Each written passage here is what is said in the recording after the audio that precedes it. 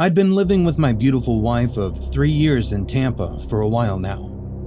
We had a beautiful condo with just the two of us there. It was comfortable as well as affordable for us. I had my own business, a joint venture with a big chain. I had to travel to other states on and off, and my wife was already settled in the area with lots of friendships going on around her. So even when I had to go on a trip for long stretches of time, she was comfortable there and didn't mind being alone. We were quite content with what life had to offer at the moment. I was an only child after losing my parents and had no immediate family left. Moreover, I didn't talk all that much to my distant family, as there was no love lost between us. My wife had similar circumstances. She had a loving aunt, Martha.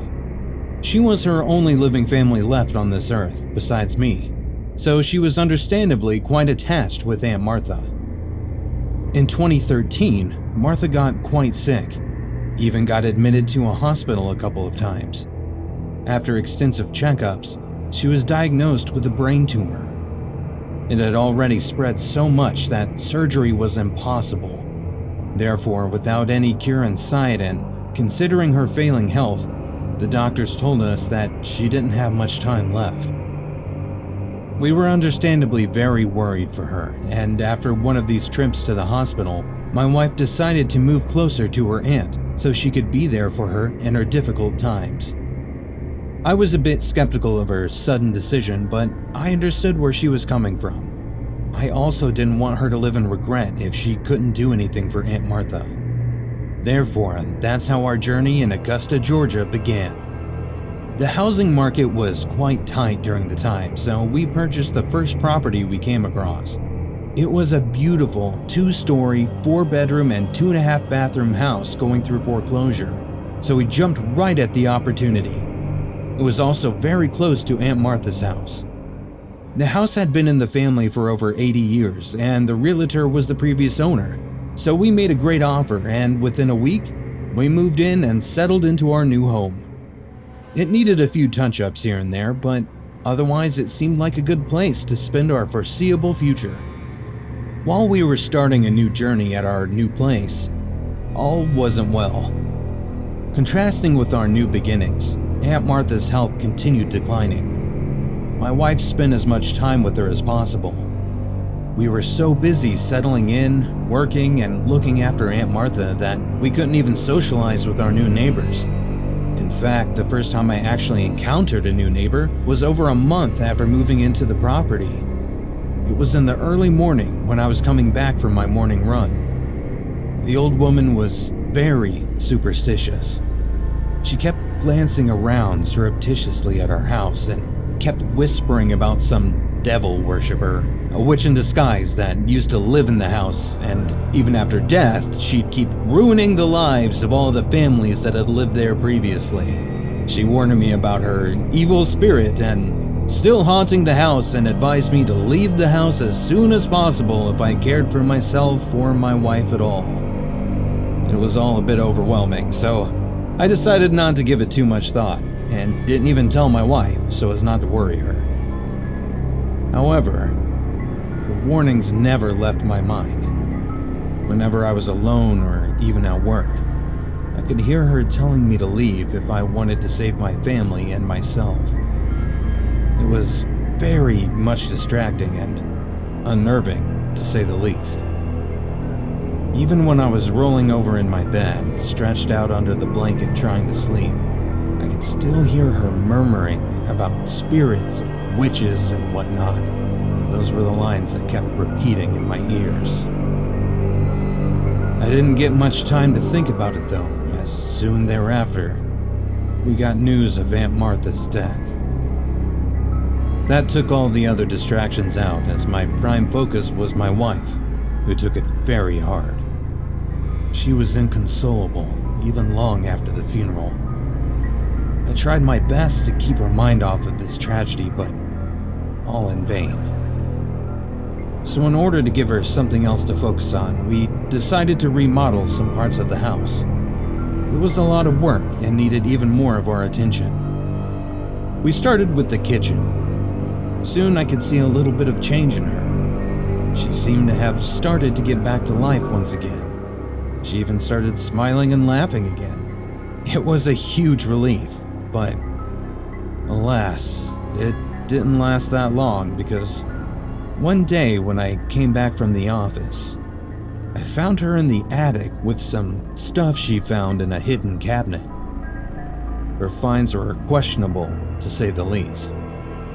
There were some beads and stones, and even some ancient-looking daggers and knives, and some very old-looking, very thick books with symbols and circles and whatnot in it. They looked like something out of a witchcraft novel or movie. They all seemed as if they weren't touched in the past 100 years. While looking at them, all I could think about was the old woman next door and her warnings. Everything was ringing alarm bells in my head, but like a pigeon in front of a cat, I chose to close my eyes and ears to all the blaring danger sirens. I packed up all that stuff, put it back in the closet, and told my wife not to touch them again, but I could see the intrigue in her eyes. Oh boy, that really didn't bode well. Even after packing all that stuff, I could tell that my wife still went upstairs sometimes. She'd also go out for a long time some days, but I let it go, thinking she must have made some new friends, which she admitted she had. I later found out that all of those visits were for searching purposes. She intended to find someone who could read that language and knew what all that stuff in the attic was used for. She was looking for a psychic. She also started researching about the paranormal and seeking mediums to conjure up the afterlife. I was very worried about her rapid diving into these dark arts, which had slowly turned into an obsession. We had been living in that house for more than 3 months now, and not much new was happening except little arguments we had here and there about my wife's newfound passions. Soon I had to go on a business trip to Seattle for a week, and that's when things really started to get messy.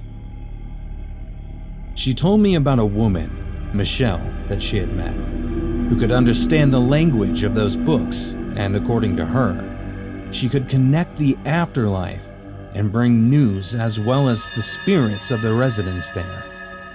She started bringing her home to do some research and try to reach out to her dead aunt. One day she told me on the phone that they had decided to do a ritual. According to her, it was a summoning circle of sorts where Michelle would call on the spirits of the departed related to the residents of the house.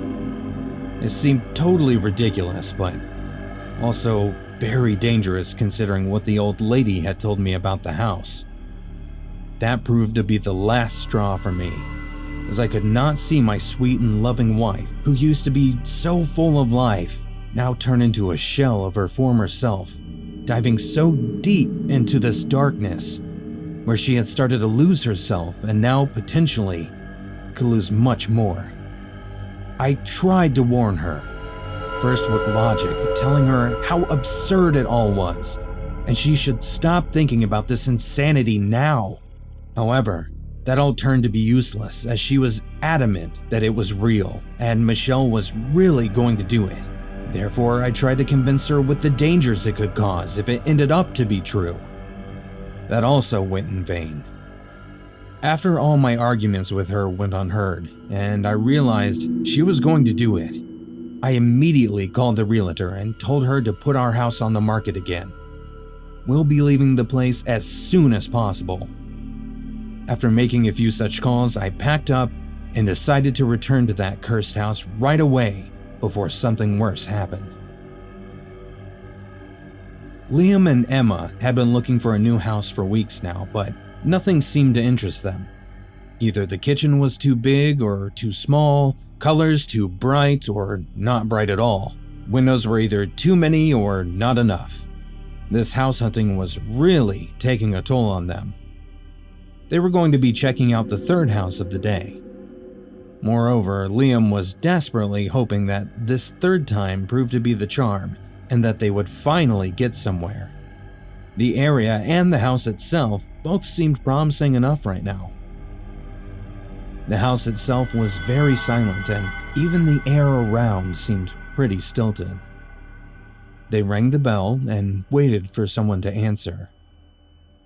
No one seemed to be up for answering the door, even though they had been around for about 5 minutes now. The realtor had been trying to get in touch with the owners all morning, but to no avail. After around 15 minutes of ringing the bell and waiting around for a response, they decided to leave and come back another time. Just as they were about to leave, Emma accidentally pushed the door open when she tried to examine the door handles.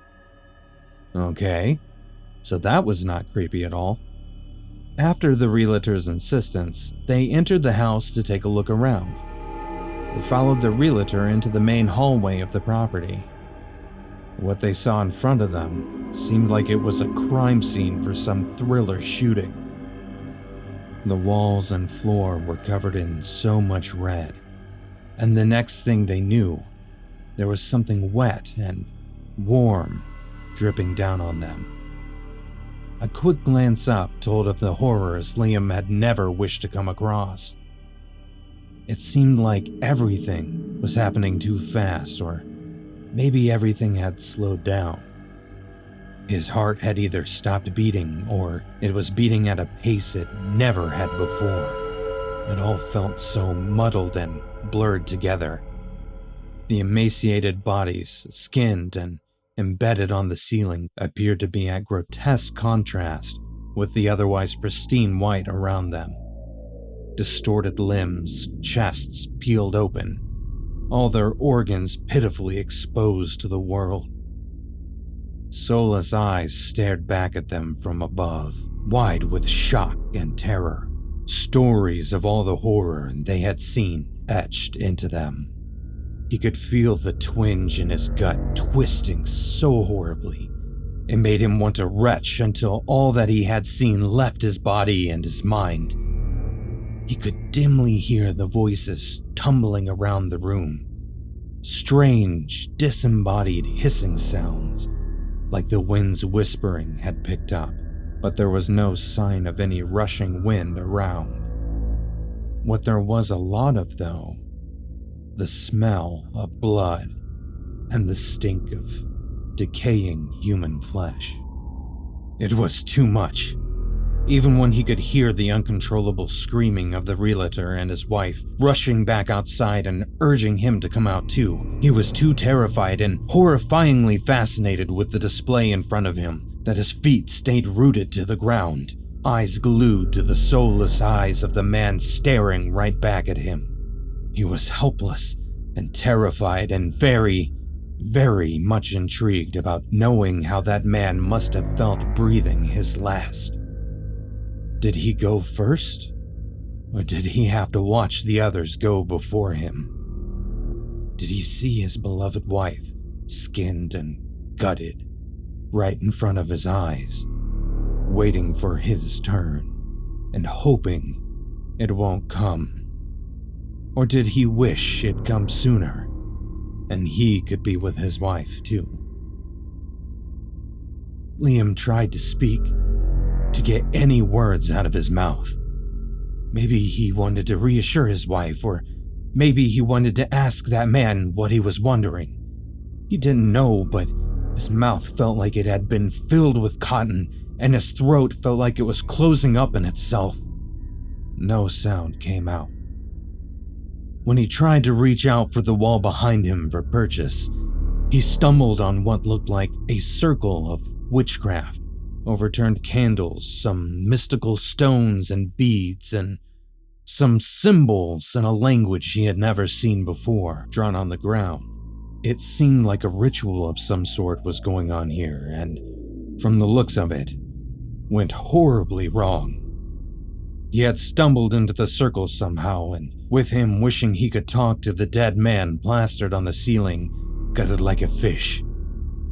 He had no idea what he would be taking along with him when he was forcibly removed from the premises by the authorities after staying rooted to the floor and staring at the ghastly scene in front of him for God knows how long. When I came back from Seattle, it was already late at night. I hadn't told my wife that I was coming back or that I had put the house back on the market again. Some clients wanted to come check the house sometime tomorrow, and I wanted her to be ready for that and not throw a tantrum about it. I was hoping I could convince her that it would be the best for us to leave this place and move somewhere else so she could let go of her obsession and start fresh. It was going to be a long night ahead of us. When I reached home, it was completely dark. Not even a porch light was on. I found it odd, as my wife would always leave some lights on, even when we were not home. As I went to open the door, it was already unlocked. That gave me an even more eerie feeling. After getting inside, I called for my wife, but got no answer. However, I could see some faint lights coming from up the hallway. When I went in there, I saw a scene so horrifying that it made me freeze up instantly. A woman was laying spread eagle in our hallway, with her throat ripped apart, the blood gushing out. Her expressions locked in terror and agony forever. The light that I had seen was coming from more than a dozen candles spread around what appeared to be a circle of ancient runes etched into the ground in red. Therefore, my wife hadn't listened to me after all. She was trying to summon her dead aunt, and this was the result that came to be. I looked around for her and saw her cowering in the corner. As soon as she saw me, she leapt up and rushed towards me with a knife in her hand. It was alarming, to say the least. The sight had paralyzed me in fear and shock, but watching my own wife trying to kill me seemed to have woken me up, and my self-preservation came into play right at that instant. I dodged her attack and tried to pacify her and take hold of the dagger in her hands, but she kept thrashing around in my arms. I could hear her mumbling words that sounded like utter gibberish to me. Soon her mumbling had turned into shouting and screaming in what seemed to be utter agony. I was so shocked, and even more so when her ear-piercing cries started turning into whimpers and sobs. She was begging someone to let go, to stop. Dismayed, I let go of her, but to no avail. Her pleas just kept bouncing off the walls. Her screams were joined in with someone's cackling. It was a sound unlike anything I'd ever heard in my life before. I could sense the emotions bleeding from it. It seemed to be filled with glee. This mixture of the sounds, one with terror radiating off of it while the other was dripping with overpowering amusement and joy, was something so vile and wicked. I couldn't have imagined it, even in my worst nightmares. Soon my wife's body started convulsing. It started bending in shapes I hadn't known were even possible for a human to turn into. All this was happening right in front of my eyes while I couldn't even hold on to her, nor do something about it. It made me feel as angry as it made me feel afraid. Suddenly she started clawing at herself. I tried to shout out to rush toward her, but I couldn't move any of my muscles. Something invisible had taken a hold of me, and I felt rooted to the ground, without being able to do anything but be a spectator. In my anger and fear, I could hear my own screams and helpless wails joining in with her. Suddenly, she looked right at me, and for a moment, it seemed like everything had stopped. I could see all the terror and pleas, desperation and regret, and 1,000 apologies in her eyes. She took hold of a knife laying beside her and stood up. She held up the knife and started moving towards me again. I could see her struggling and battling with herself, maybe trying to wrestle some semblance of control over her own body. I wanted to reassure her, to tell her that it was fine, that I didn't hold it against her. I must have failed to convey it well, or maybe What she saw told her a different story because the next thing I know, she turned the knife around and slit her own throat. All the screaming, shouting, and cackling stopped for a moment as I saw the life drain out of my wife right in front of my eyes. And all the fight I had left me right in that moment, too. And all of a sudden, there was a shadow materializing in front of me, shouting and screaming. It was that same voice that was cackling before.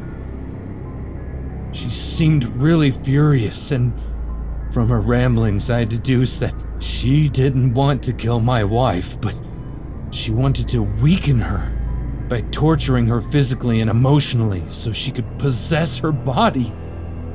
In her rage, she took the same knife and put it through me. So much death in that house had given her enough power to escape and look for victims elsewhere. She skinned our bodies while I was still alive, taking pleasure in my agonized screams. She stuck our bodies to the ceiling so as to mark her territory and keep anyone else from ever living in that house again. Michelle had messed up the circle and instead called forth the last person that had died in that house, which happened to be that witch, and now, me. Therefore, when you stepped in that circle and wished to talk to me, you called me from beyond and brought me back to your house.